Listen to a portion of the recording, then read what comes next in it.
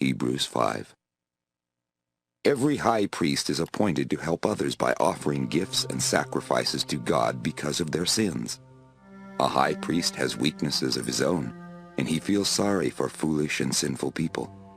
That is why he must offer sacrifices for his own sins and for the sins of others.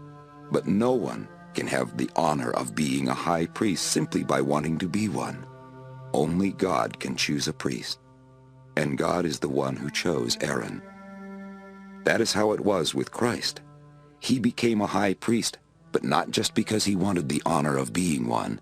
It was God who told him, "You are my son, because today I have become your father." In another place, God says, "You are a priest forever, just like Melchizedek." God had the power to save Jesus from death.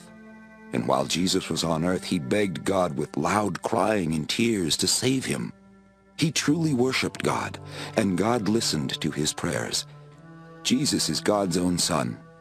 But still he had to suffer before he could learn what it really means to obey God.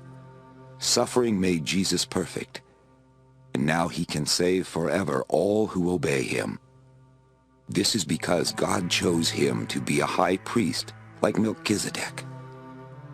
Much more could be said about this subject, but it is hard to explain, and all of you are slow to understand. By now you should have been teachers, but once again, you need to be taught the simplest things about what God has said. You need milk instead of solid food. People who live on milk are like babies who don't really know what is right.